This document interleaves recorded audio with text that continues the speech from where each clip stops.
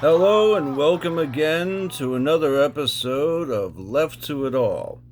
I am your host, CM Phillips. Today is not going to be a full show. In fact, I'm going to try to do weekly shows from now on.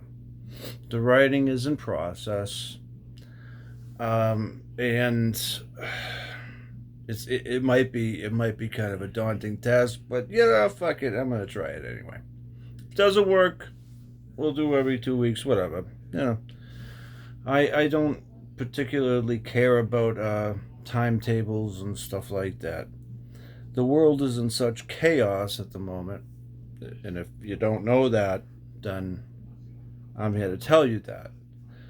So I want to kind of go over some things real quick before I dive into future episodes about these things.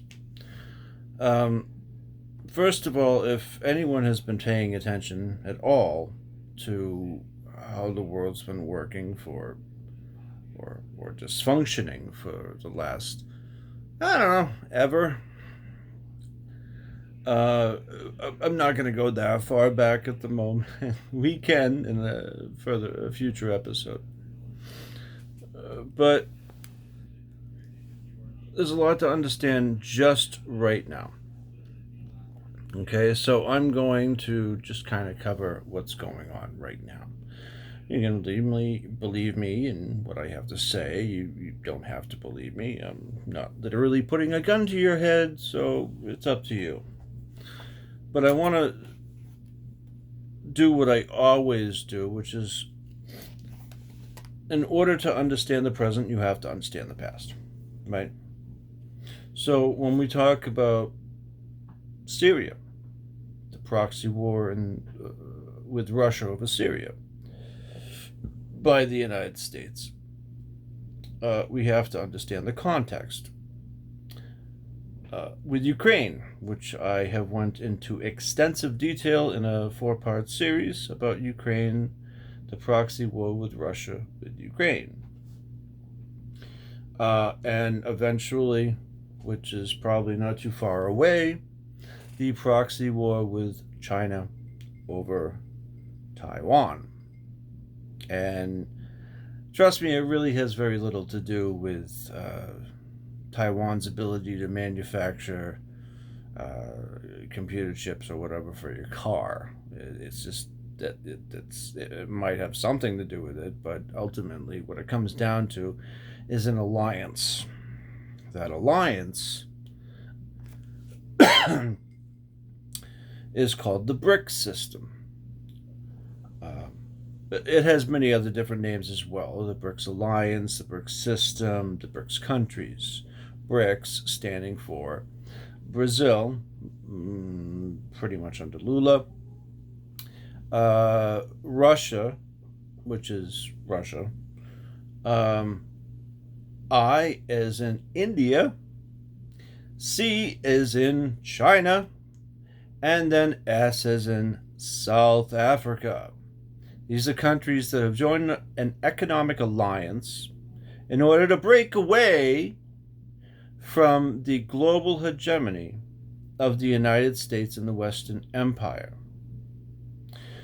So, the United States, and this is important, this is the history. To properly understand the present, we need to remind ourselves of the past. We can't just possibly pull it out of our ass and believe that this just happened for no reason. At the end of World War II, the United States became the global dominant economic force, taking over as the world's leading empire. It had 50% of the world's wealth. All right, a quote from the book How the World Works by Noam Chomsky. George Kennan was one of the most intelligent and lucid of U.S. planners and a major figure in shaping the post-war world. One document to look at if you want to understand your country your country's policy, planning, study. I'm sorry. Uh, one document to look at if you want to understand your country is uh, Policy Planning Study 23, written by Kennan for the State Department planning staff in 1948. Here is some of what it said. We have about 50% of the world's wealth, but only 6.3% of its population. In this situation, we cannot fail to be the object of envy and resentment. Our real task in the coming period is to devise a pattern of relationships which will permit us to maintain this position of disparity.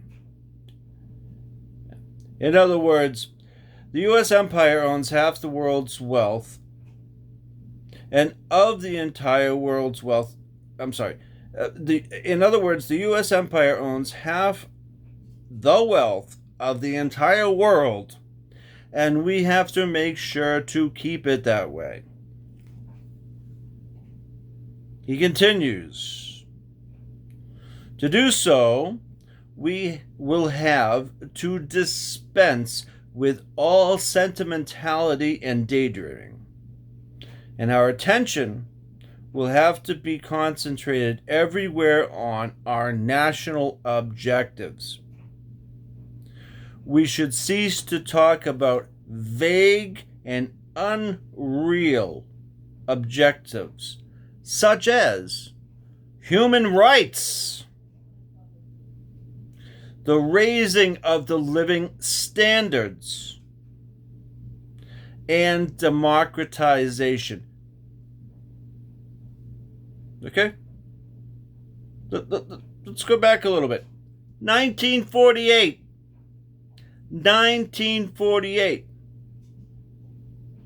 World War II had just barely ended. And George Kennan, the American planner, clearly they were planning this beforehand, was saying, we got 50% of the world's wealth, only 6.3% of its population. We have to make sure we continue our hegemony over the world. As an empire, as a dictatorship, whatever word you choose, put in the line, whatever, it doesn't matter. They knew the power they had. When he continues, when he was saying, to do so, we will have to dispense with all sentimentality and daydreaming. Our attention will have to be concentrated everywhere on our national objectives, which is to expand empire. Empires expand exponentially. That's what they do. That's what the Roman Empire did. They keep expanding and starving their own people by military expansion. We should cease to talk about vague and unreal objectives, such as human rights, the raising of living standards, and democratization. So if you thought we were ever a real democracy, you were lied to. The day is not far off when we are going to have to deal in straight power concepts.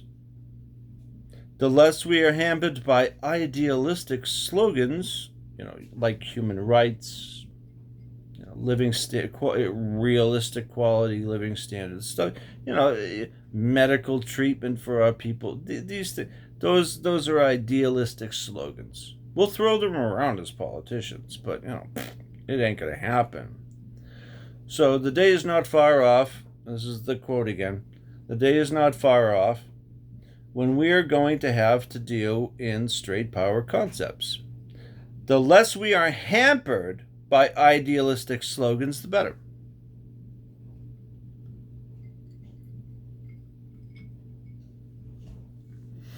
Nearly every industrialized nation was destroyed during and after World War II. Whereas the U.S., for the exception of the naval base in Pearl Harbor, was left unscathed by the war. There was a little kind of invasion by the Japanese in Alaska, but it didn't work because they couldn't deal with the climate. But that's another story altogether. We didn't really get attacked. The only thing we got attacked in was in Hawaii and Pearl Harbor, and it was a military base. Every other country got literally bombed to death, or in Japan's case, we nuked them. Moving on. Britain was broke. Most of Europe had been destroyed, especially Germany, obviously. And the Soviet Union lost an estimated 27 million of its citizens, compared to Germany, which only lost 9 million, and the United States, which lost 420,000. So, if you look at it, again, Soviet Union, they lost 27 million of their people. Right? And that's an estimate. But yet, in the same respect, they lost more people in World War II, civilians and soldiers alike, than anyone, including if you include Belarus and all. If you're including all of the Soviet Union, it's actually probably higher. They're the ones who actually won the war, by the way.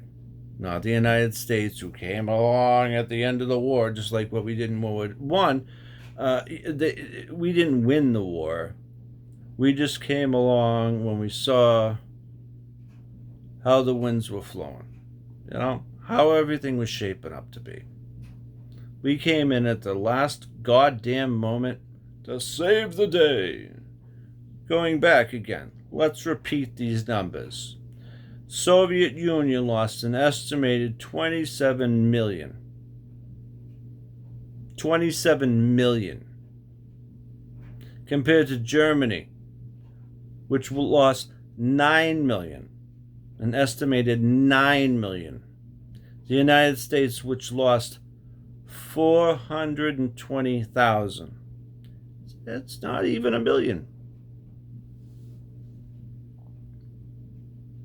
The Allies knew that imposing reparations on countries like Germany after World War I would not work, as it had been a major cause for the creation of World War II, so an agreement had to be made. In 1944, the Allies created an alliance called the Bretton Woods system. Under this system, two major financial institutions were created.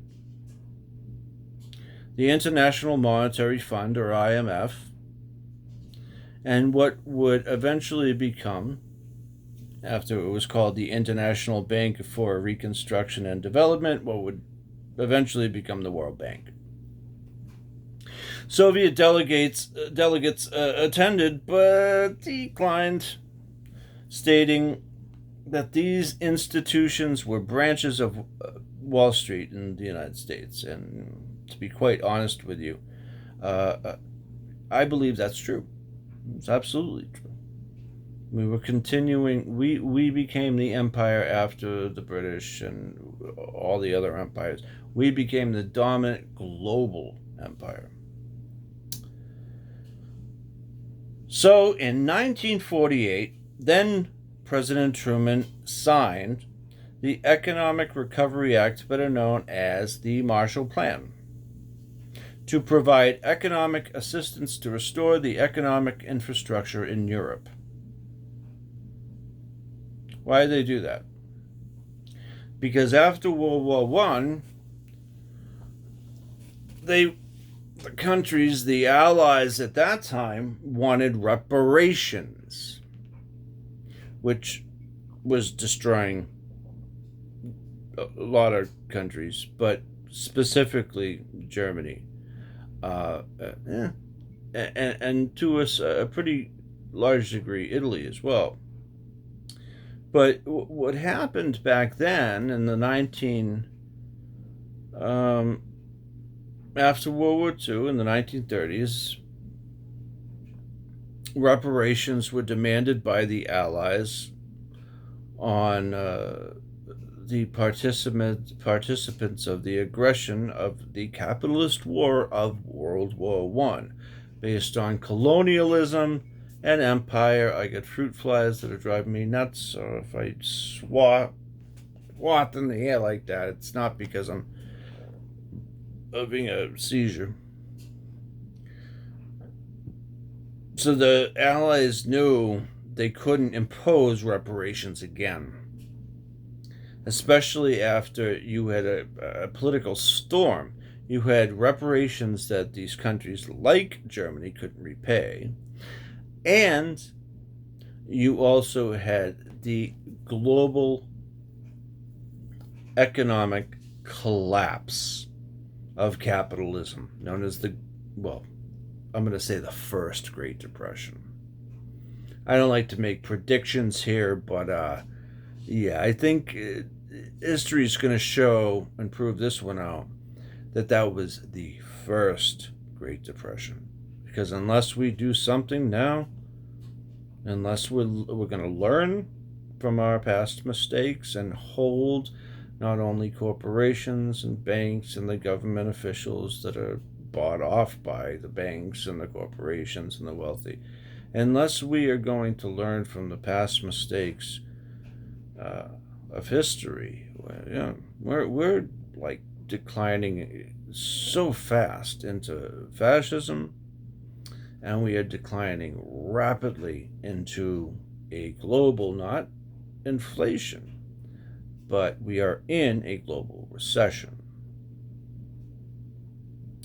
The only way left to go is a massive global depression.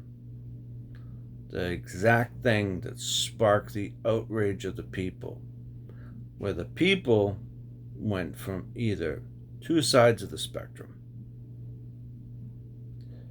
They went from the furthest and most vile forces of capitalism, which is fascism, or they went towards the left, using government, kind of MMT, modern monetary theory in a lot of ways in America. We went towards a social democracy, and it wasn't by accident. People were losing their farms during the Depression in America, and then we started to grow huge unionization, a strong AFL-CIO, two incredibly strong socialist parties, and a very strong communist party in the United States. Altogether, they pressured the government. They were fascist capitalist forces to try to, overthrow Roosevelt. But ultimately, the left, the people, the majority, those who were suffering during the Great Depression, started to educate, organize, mobilize, sent their leaders to Washington, and said to FDR, if you do not do something, you're our government. If you do not do something right now, if you do not change our economic circumstances, you're going to have a fucking revolution on your hands. FDR, good old Franklin, wasn't some magical Jesus figure. He was part of the rich ruling elite. So he went to his friends,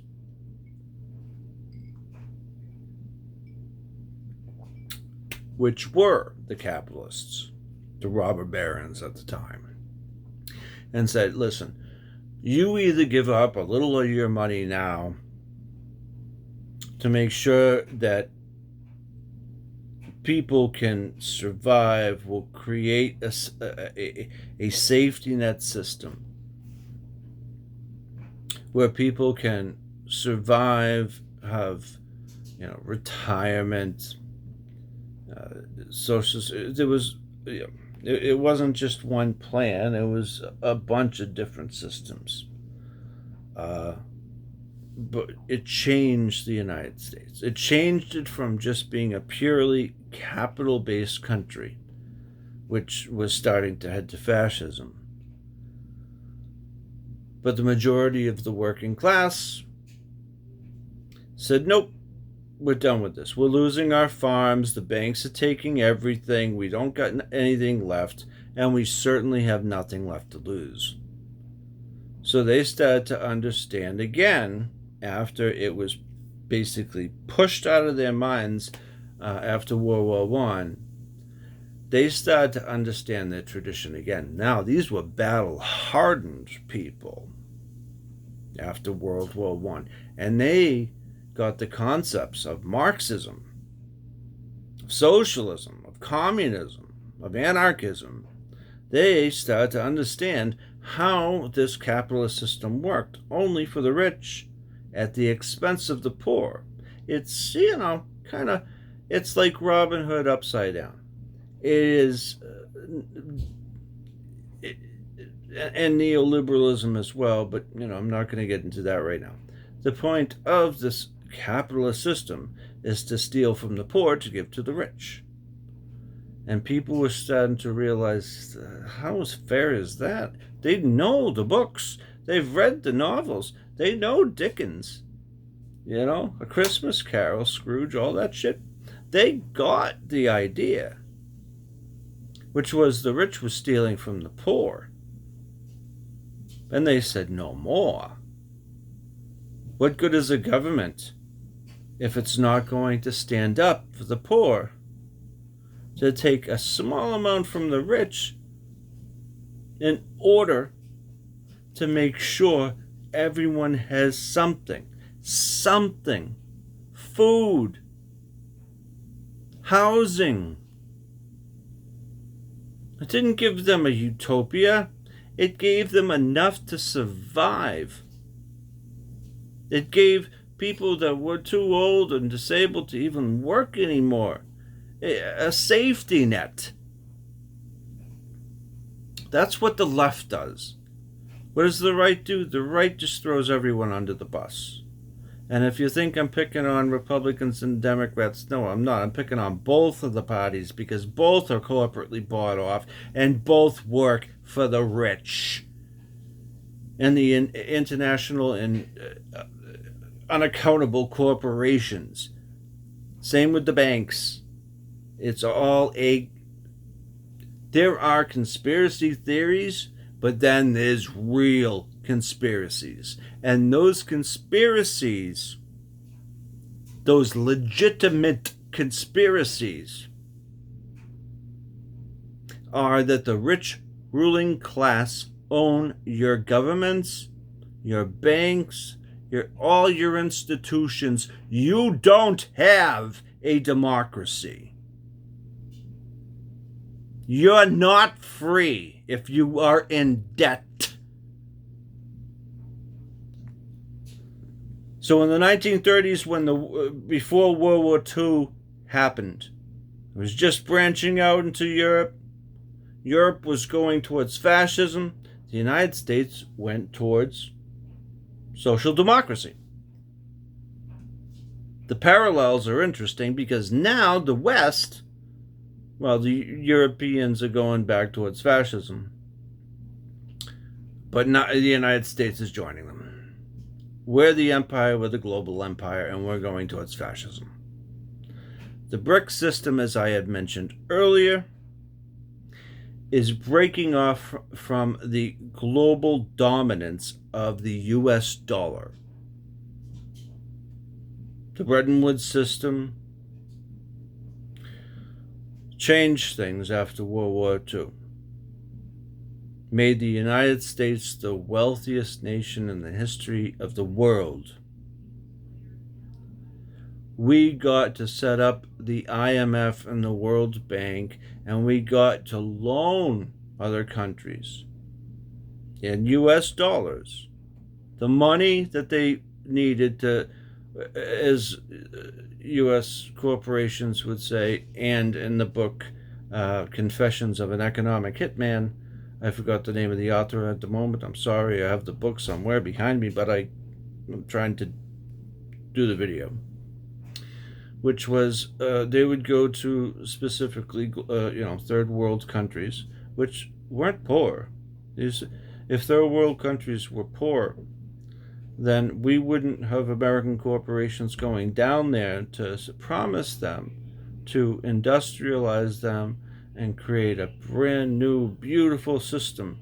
Give them roadways and all this industrialized capabilities and stuff like that, but only if they took out massive loans from America, IMF, World Bank. Those are the United States institutions. They owed their debt to us, and for the most part, especially in Latin America, that meant you had to buy American corporations to come down there to industrialize you. And then you'll have a great system. But the reality became, you're not going to have a great system. The U.S. corporations were going to come down there and create infrastructure for those companies, usually oil companies, in order to take away their resources, create a class system of uber rich, and then the rest of the majority of the people were just poor and indigenous. They suffered horribly, usually polluting their water, their air, the earth, and giving them cancer at high rates and stuff like that. So that was the New World Order after World War II. It continued even after Nixon dropped the gold standard. And we became a system based on the petrodollar, working with horrifically backwards, feudalistic, monopolistic, terrorist countries like Saudi Arabia.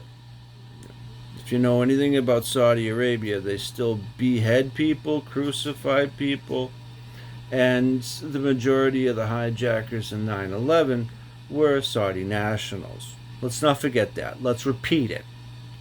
The majority of the hijackers in 9/11 were Saudi nationals. The vast majority of them. To forget that is to forget what the fuck you don't understand history, so I'm trying to educate. I don't give a fuck if you don't like what I have to say. Reality sucks. I agree. But it doesn't change the fact that it's reality. So the whole economic system right now is based on one thing. American hegemony. Hegemony is control over everything, right? That's our version of globalization. We control the world's economic system. The BRICS countries, again, Brazil, Russia, India, China, South Africa, possibly Venezuela soon, possibly Argentina, possibly Iran. It only makes sense. They're tired of getting shit all over by the empire of the United States and the West. Europe is going to freeze this winter because we blew up the Nord Stream 1 and Nord Stream 2 pipelines. That's the reality. You want to contend that you want to say that Russia blew up their own source of wealth by blowing up their own goddamn pipelines that they sank billions and trillions of dollars in, whatever it is? Yeah, that makes sense. That makes a whole fucking lot of sense. I would do that too. I would build my own bridge only to blow it up because, why not? Why not? Just blow it up. I'm actually collecting revenue from people going back and forth across the bridge. But you know what? I'm just going to blow it up for the hell of it. Just because. That's basically what the narrative is. It's absurd. So there's going to be more kind of, I'm going to say, conversations like this in the very near future. And we're going to dive deep into every aspect of these types of conversations. Because people with knowledge, people who are educated, an educated and informed electorate is the only way you can have a true democracy. But when you have a propagandized and indoctrinated electorate, they don't understand whether or not the earth flies around the sun or the sun flies around the moon. They have no idea what's going on. That's how strong and how potent propaganda is. Nazi Germany knew that. The United States adopted it after. And I can go into Operation Paperclip, and I will. And there's plenty more. Operation Gladio. Literally, there's so much. I become overwhelmed half the time because I don't even know where to begin. I don't even know where to begin. So I have to have a starting place. And so tonight I figured, the hell with it. I'm just going to jump into it. I'm not going to read much from a script. I am just going to tell it how it is. You don't like this content? Well, the hell with you. Go away. Go pretend that, the moon's made of cheese and the earth is flat. I don't care. What I do care about are the people who have a rational mind, enough to understand truth versus fiction. What I do care about are kind-hearted people. Radical kindness is the only thing that can help change this world. If you're willing to be a bitter, angry, and often usually because you're an ignorant person, which is not technically your fault, then you're going to become apathetic and say fuck you to the most poorest person in the world. Someone asks you for $1 or a bag of chips. They're homeless, they have nothing. Even if you are poor too, like I am not rich. I don't collect money from this. This program is free to everyone and everyone. I do not ask for anything. And I certainly don't put other people down because of their race or how much they make. It's not Christianity. That's not moral. That's certainly not a moral or ethical system. You have become a product of a system that is based on greed. And that system based on greed is called capitalism. If you agree, if you enjoy, if you feel like you learned something from this content tonight, please subscribe. And I will see you soon, either next week or the week after. It really depends on my mood because I really get pissed off at this world. I really do. We're on the cusp of one or two things. Global revolution for the better or worse, or absolute destruction as a species. So yeah. Think about that. Just think about that a little. Because we have the ability and the time to change this thing. But if we don't start working with one another, if we have been ripped apart as a global unit, as a species that work together and ripped apart to become individuals, rugged individualism, and all this other horseshit that doesn't exist nor has any meaning. We either work together or we don't, and we die together. Thank you for watching.